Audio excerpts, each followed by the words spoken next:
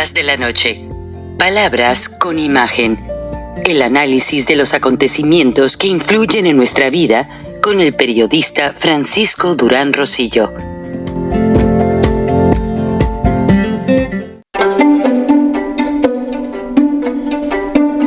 Frank Durán Rosillo te saluda y los saluda a todos ustedes, su amiga María Celeste Raraz, para invitarlos a que se suscriban a mi canal de YouTube, María Celeste Raraz, tal como mi nombre, donde les informo todas las semanas sobre entrevistas que tienen un tema que ayuda a mejorarnos como personas y de paso son interesantes. Las pueden encontrar en mi canal de YouTube, así que los espero. Y se suscriben gratis. La prensa norteamericana acaba de informar en varios de sus noticiarios que, aparte de ser la contienda electoral que empezará en algunas horas, la más difícil, la más violenta, la más cuestionada por los actos corruptos del partido oficial. De hecho, a algunos canales de la prensa alemana, algunos corresponsales, ya dan por ganadora a Claudia Sheinbaum o como favorita. Eso no se me hace, no se me hace objetivo, puesto que la elección todavía no sucede. Lo mismo está pasando con algunos, no todos, algunos corresponsales norteamericanos. No sé de qué manera están manejando las relaciones públicas en el extranjero, el partido oficial, que se atrevan a decir que Claudia Sheinbaum es la favorita, cuando hemos visto en videos que se la han pasado repartiendo dinero, corrompiendo al electorado y haciendo de esta elección la más corrupta. De hecho, yo en programas pasados he dicho que el INE se ha visto muy mal al no amonestar a Claudia Sheinbaum en uno de los debates al decir que la elección era solo un protocolo o algo así. Están mal. Y los periodistas que lo están diciendo están peor. ¿Cuánto dinero les pagaron? Bueno, todo empezó con aquella cuestionada encuesta del Grupo Reforma que me dejó defraudado al ver que decían que Claudia Sheinbaum llevaba la delantera sobre Xóchitl Gálvez. Al Esquirol, en algunos lugares sí lo mencionan, en otros no. Y como hay otros esquiroles, pues a veces es mejor quedarse callados.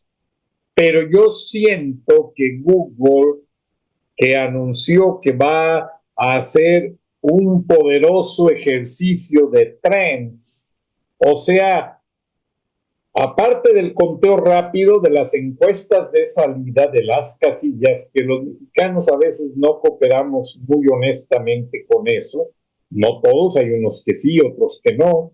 Hay canales de televisión en línea que se han ofrecido a recibir denuncias de todos los actos violatorios en la elección. De hecho, en Chiapas ya quemaron cajas de boletas marcadas a favor de Morena y a la gente le siguen ofreciendo dinero.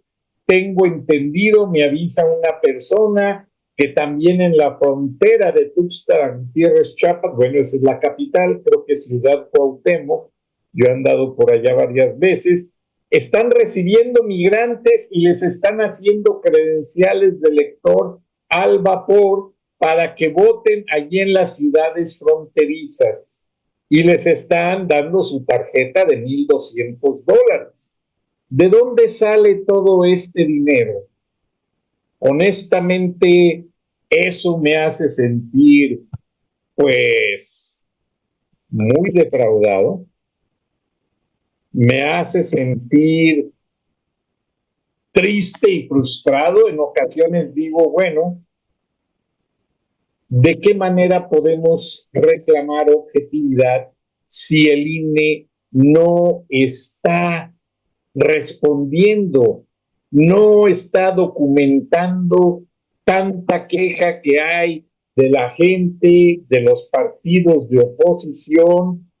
Y pues yo realmente me quedo de una manera tristemente frustrado al ver que pues este INE, el Instituto Nacional Electoral, no está haciendo lo necesario para poder cumplir con el electorado. Pero vamos a ver dos reportes. El primero es de la cadena ABC News, que logré conseguir el permiso y la traducción. Permítanme un segundo.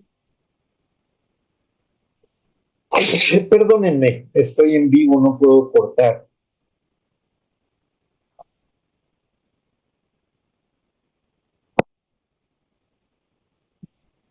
Y pues, aunque estuve pasando videos de cómo la gente está inconforme por el hecho de que Claudia Sheinbaum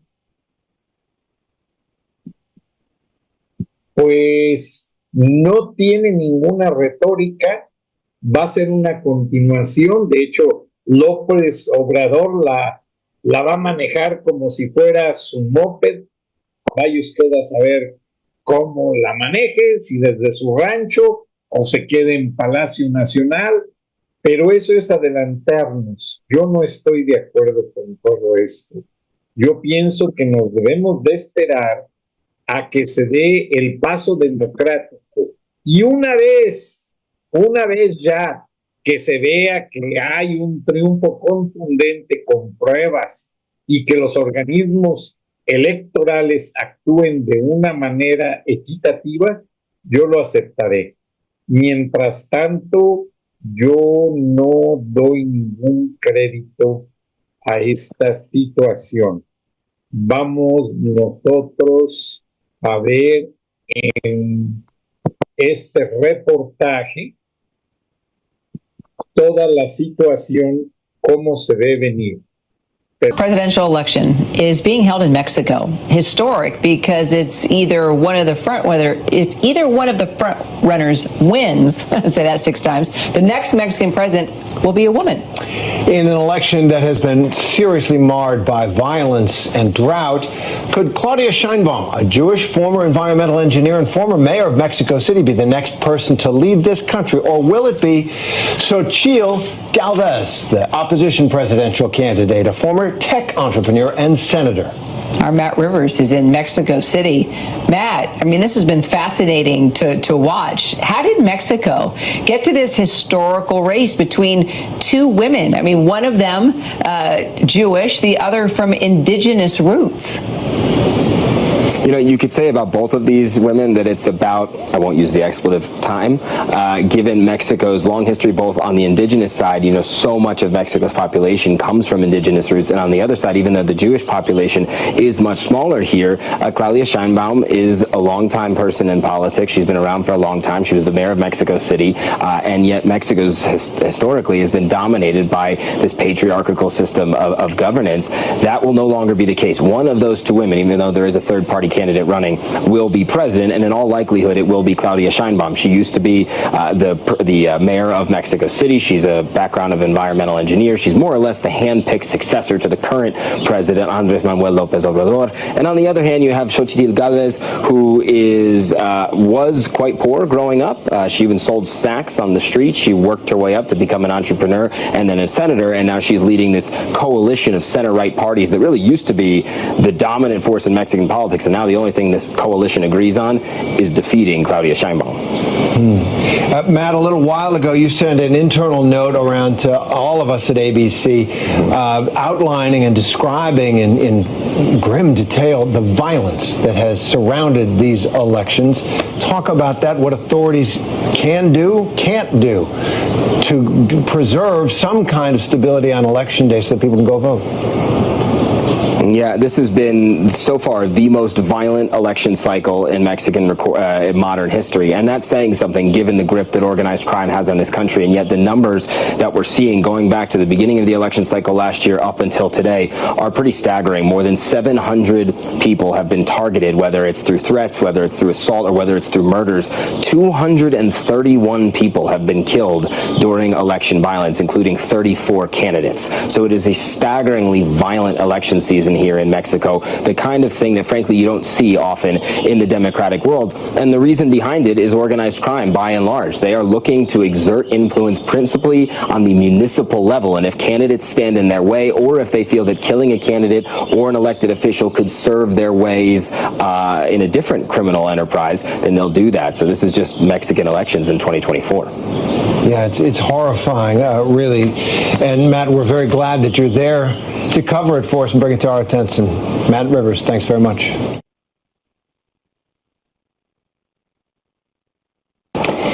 Mexicans go to the polls on Sunday in an historic election. Both the front-runner, the former mayor of Mexico City, Claudia Sheinbaum, and the main challenger are women, meaning Mexico is almost certain to choose its first woman president. But what impact will that have in a nation with deeply embedded problems of machismo and sexual violence against women and girls? Our Mexico correspondent Will Grant reports from the campaign trail in the eastern state of Veracruz.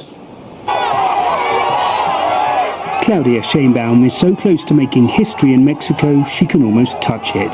Polls suggest she's on the verge of becoming Mexico's first woman president. With her nearest rival also a woman, she told the BBC it's a sign Mexican society is evolving. It's a symbol for Mexico. I think it's a symbol for the world, but it's a symbol for Mexico. I see it in young girls. They are exciting that a woman is going to be president. And it changed culture for women and for men. And you have to develop policies to reduce violence for women. In Mexico, that's easier said than done. But the former mayor of Mexico City is confident of victory, promising to continue the popular social development policies of her mentor, President Andrés Manuel López Obrador. Other nations in Latin America have had women presidents in the past, Brazil, Chile and Argentina, for example. But there's something about the ingrained machismo in Mexican society, particularly these rural indigenous communities, that makes this election so historic. Few know how hard it is to break that culture better than the members of FemCafe, a women's coffee cooperative in Veracruz. In most Mexican agricultural co-ops, women aren't allowed to vote or hold decision-making roles. But in FemCafe, they control the entire enterprise, from bean to cup. And they had some advice for the next president. It's not just about being a woman, but about being gender conscious, which is a very different thing. For example, the agricultural ministry has never been led by a woman, and a woman's perspective in that role would make a huge difference to the rural sector. The BBC requested an interview with her closest rival, Xochitl Gálvez, but she declined. Like most critics, she accuses Claudia Sheinbaum of being a mere puppet of Mr. López Obrador, something the former environmental scientist firmly denies. I feel sure about myself. I don't care about these things that they say. Of course, I'm of the same movement with López Obrador. We fought together for 20 years or more than 20 years to have the government that we have now, and the opportunity for Mexican people and the right for Mexican people, the rights. And of course, I'm going to live a different time in history. A woman president in Mexico is hugely significant and long overdue. Yet the biggest challenge still lies ahead, in undoing centuries of sexism and gender inequality in one of the most patriarchal societies in the Americas. Will Grant, BBC News, Veracruz, Mexico.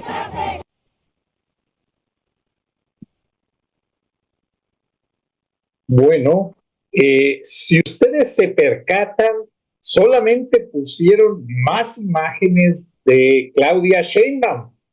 BBC no entrevistó a Xochitl Gálvez, tampoco lo hizo la gente de ABC News. Y es evidente, usted ha visto, aquí hemos presentado imágenes de donde en los actos públicos de campaña para Claudia Sheinbaum, dan dinero y la gente le deja las sillas vacías. ¿Qué pasa con esas imágenes? Es más, el corresponsal de ABC News reporta allí en la colonia Cuauhtémoc desde el edificio de la Asociación de Corresponsales Extranjeros. Conozco el edificio, he estado allí, tengo varios amigos corresponsales. De hecho, algunos de ellos me comentan que cada semana tienen años haciendo fiestas y el licor se los envía Jesús Ramírez, de Presidencia de la República, junto con deliciosos platillos para que se diviertan un rato. No todos los corresponsales van, los europeos no entran en este juego, pero algunos sí. Algunos corresponsales que escriben en el New York Times, vendido a Carlos Slim, otros de Los Angeles Times y del Telegram, otros de ABC News, como lo vimos, y pues nos queda evidente que a lo mejor también el de BBC News de Londres está yendo ahí, porque se ve una tendencia muy marcada a favorecer a Xochitl, y eso no me gusta, no me satisface. Tengo más de 45 años ejerciendo el periodismo, desde que tenía los 16 años. Tengo 64, 63, échele números. He estado en periódico semanario, La Prensa de Acámbaro, en El Sol del Bajío, simultáneamente las mejores notas las pasaban en El Sol de México y Todos los Soles en el estado de Guanajuato. Después de allí me fui al periódico El Norte de Monterrey, padre del grupo Reforma, luego estuve un tiempo en Televisa, me peleé con el director y bueno, me salió la invitación a Turner Broadcasting System, donde estuve más de 25 años. Después de allí estuve en Fox Television International y ahora también he estado en Fox Media, que es una cadena muy grande de radio, televisión y periódicos, y ahora tengo este enlace con CNN, un programa experimental para Internet, que ellos lo estudian y están sacando números solamente y tendencias y viendo qué tan objetiva es la audiencia, porque no solamente el periodista tiene que ser objetivo, también la audiencia. Ahora les voy a poner otra nota cubierta por NBC News, pero desde la frontera de San Diego y Tijuana. Quizás por la proximidad territorial, ahí vamos a ver la diferencia de ángulos, la diferencia en la cobertura. Y eso a mí me llama mucho la atención porque me hace pensar demasiado en que algo pasa, algo influye, y yo realmente pues lo que quiero es sacar lo más objetivo para ustedes. Permítanme un segundo, voy a poner la nota desde el principio, pero todo esto está pasando hoy en las cadenas norteamericanas y ya están anunciando para los domingos toda la mañana. Los norteamericanos ponen programas políticos y entonces lo que muchos están haciendo, como CBS con Margaret Brennan y ABC con el chaparrito se me olvidó, que fue jefe de staff de Bill Clinton, Stephanopoulos, y también en Fox están anunciando que van ellos a cubrir parte de la elección en vivo.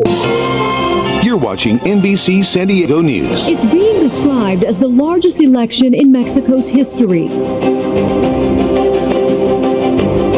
Nearly nearly 100 million Mexicans will decide their country's path forward as they vote on more than 20,000 government positions at the federal and local levels. El derecho de votar, pues todos como mexicanos queremos que se oigan nuestros derechos. But with more than 20 political candidates killed just this year, cartel violence continues to overshadow this historic election. Y el hecho de la alcaldesa se refugie en el cuartel militar pues refleja lo que todos los ciudadanos quisiéramos, ¿no? Vivir en un cuartel resguardados con un equipo de seguridad suficiente. So what's on the line for our neighbors across the border and for us here in the U.S.? And with nearly 11 million Mexican U.S.-based expats participating in the vote, including here in Southern California, will their vote make an impact? Plus, could this election bring Mexico's first ever female president? No voy a decir que ya es una batalla ganada porque sigo teniendo o viendo incluso en mi puesto y con las mujeres a mi alrededor que sigue habiendo retos. We preview Mexico's largest election to date.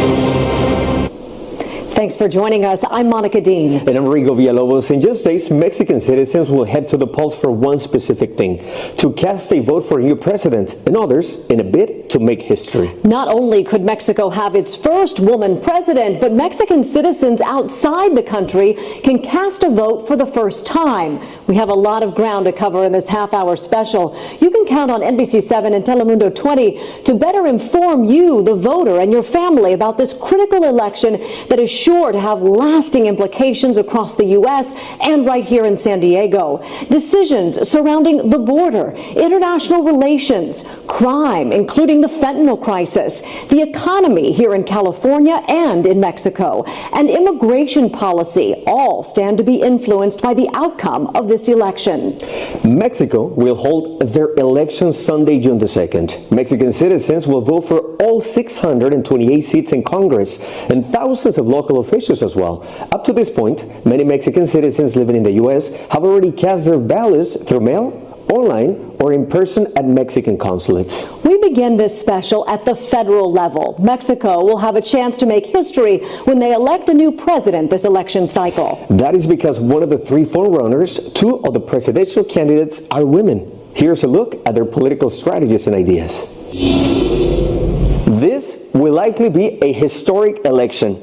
There are three candidates in total, but two of the frontrunners are women, which means one thing, that for the first time in its history, Mexico could have a first woman president. But who are the candidates? Who are these three? Let's begin with Jorge Álvarez Maínez. The big question is, who is he? Let's take a look. He's a national legislator.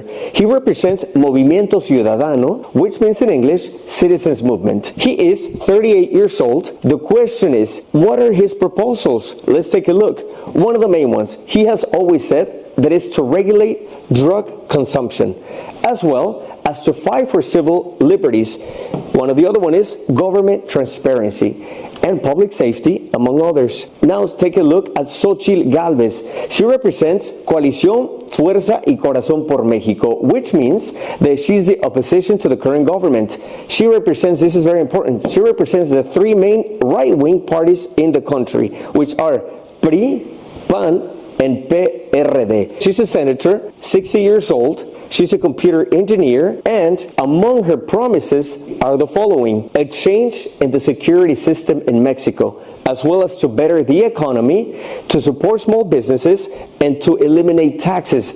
But when she means eliminate taxes, she doesn't mean for everyone in Mexico. She's talking about for those who make 15,000 pesos per month, which is equivalent to less than $900 per month. And lastly, Claudia Sheinbaum. She's a former mayor of Mexico City. She is 61 years old. She's part of Morena, Mexico's largest political party. What are her proposals? We have them here. To create this 2 million new jobs. But that's not all. She says that she wants to continue investing in public safety, as well as to expand the welfare programs, energy projects, also very important for her. In other words, these are the three candidates hoping to be the next president of Mexico. They all have different proposals, different backgrounds, but at the same time, they have something in common: to win the majority of the votes, and they do it with one purpose: This is it, to become the successor of the actual president of Mexico, Andrés Manuel López Obrador.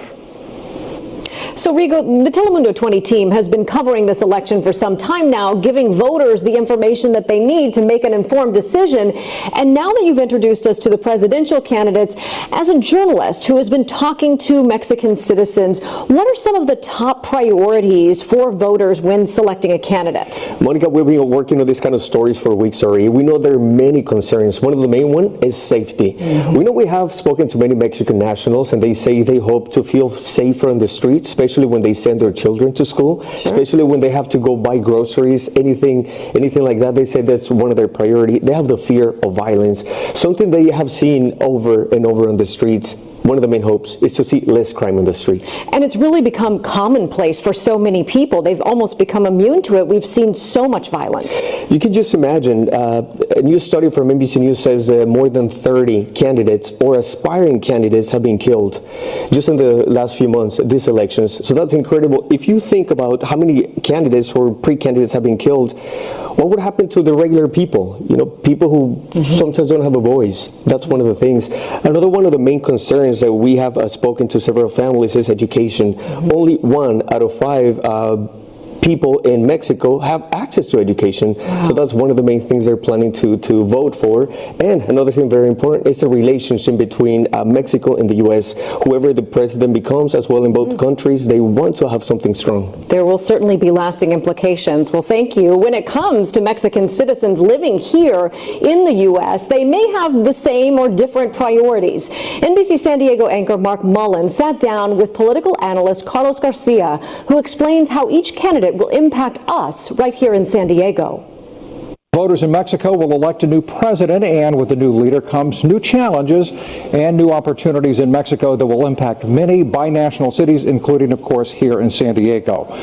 We are now joined by political analyst Dr. Carlos Garcia from CETIS University for more on this bigger impact on how this will affect U.S.-Mexico relations. So, Doctor, thanks so much for making time for us. So, this is really shaping up to be a fascinating race and potentially historic. Of the 3 main presidential candidates, 2 are women. One, Claudia Sheinbaum, is polling double digits above everyone else, right? She was a student activist turned scientist, former environmental secretary, former mayor of Mexico City, and has a Jewish background. And she's now poised to become Mexico's next president if the polls hold, correct? That is correct. That is correct. We are seeing for the first time the opportunity for the electorate to choose between 3 candidates. 2 of them are women. Important to notice that this is relevant from a perspective of having the gender perspective present in our election system in a way that it's truly akin to what's happening in other democracies. Now, having said that, we firmly consider that the important thing is to make sure that the choice of the electorate is because of the candidate, regardless of gender. We are very happy for the fact that nowadays 2 women are represented in the electoral ballot. Right, 2 of the main 3. Current President López Obrador leaves behind a Mexican economy that has really exceeded analysts' expectations for growth, employment, market gains, a strong peso. Should Sheinbaum be elected, do you expect her to continue the policies that has Mexico on the rise because they are of the same party? We certainly expect continuity if she wins. Now, having said that, also it is important to mention that most of the economic progress that is being felt in Mexico nowadays comes from external factors, not to take anything away from what the current president has achieved, but let us also remember that post-pandemic there is a bloc integration movement or trend happening across the globe, and Mexico is poised to capitalize that. We are calling this nearshoring. Some other regions are giving it different names. Let us remember that Mexico is formally integrated in a bloc with North America since 1994 with the NAFTA, which is now obviously the USMCA. So let's make sure that we distinguish what is happening because of a growing worldwide economy and opportunities to that what is happening because of the policies that have been adopted in Mexico. Fair enough. As you security remains a big priority for Mexican voters, according especially to recent polling with fear about drug-related violence and such. Immigration obviously is big too. Do you see Mexico's stance on immigration with the United States changing after this next election? I think that this is a critical factor and one that is always poised to be impacted by the political winds. Now, the Mexican current president and most likely the new president, if Claudia Sheinbaum comes to the presidency because of her the way that she's performing in the polls, will most likely follow the same criteria and the same policies that are being followed nowadays. This will mean that we will most likely continue to see a similar trend in migration. We would expect to see more cooperation, but and an indication of the past is what's most likely to happen in the very near future. Is that on perhaps at the top of the wish list for the next Mexican president? What would they like to see out of the United States? I think that the United States would like to see from Mexico more cooperation in matters related to border security and fighting organized crime. This would give also Mexico an opportunity to present stronger, more robust institutions that what we call Estado de Derecho, the rule of law, being in Mexico something that can be strong and can be present and can be an element towards giving us a better negotiating position with the U.S. in different manners and in different aspects of our joint role in a joint society.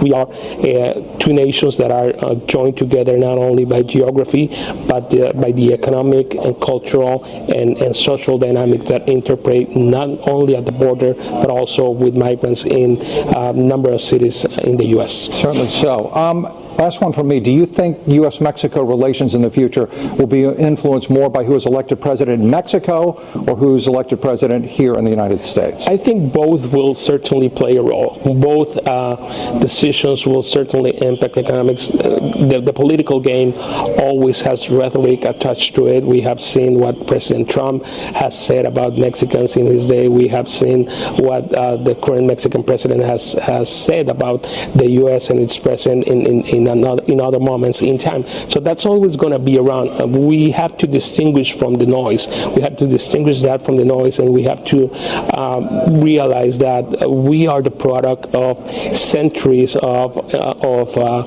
proximity and years of integration, and that is going to continue to be around for a number of years. Hopefully, we can generate the kind of policies and the kind of and the kind of decisions that will lead to further cooperation and a more integrated society. Dr.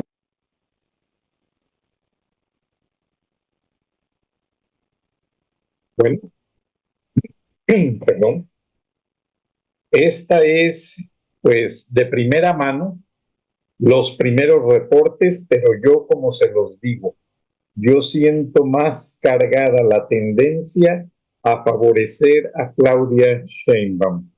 No se han dicho en ninguno de los 4 reportajes cosas de los proyectos que tiene en mente Xóchitl Gálvez. La mencionan como candidata, pero no como una favorita, como lo que realmente es en México. Parece ser que en inglés cambió la traducción. La favorita ahora de los reporteros no es de los americanos. Claudia Sheinbaum, por favor, ojalá que de aquí a mañana esos periodistas que a lo mejor recibieron también su sobrecito amarillo se pongan a estudiar español y traduzcan mejor, porque esto no me convence. Estaremos informando. Buenas noches, buenos días, nos vemos y nos escuchamos. Mañana tenemos 5 transmisiones en vivo. Que estén muy bien. Gracias. Frank Durán Rosillo te saluda y los saluda a todos ustedes, su amiga María Celeste Raraz, para invitarlos a que se suscriban a mi canal de YouTube, María Celeste Raraz, tal como mi nombre, donde les informo todas las semanas sobre entrevistas que tienen un tema que ayuda a mejorarnos como personas y de paso son interesantes. Las pueden encontrar en mi canal de YouTube, así que los espero. Y se suscriben gratis.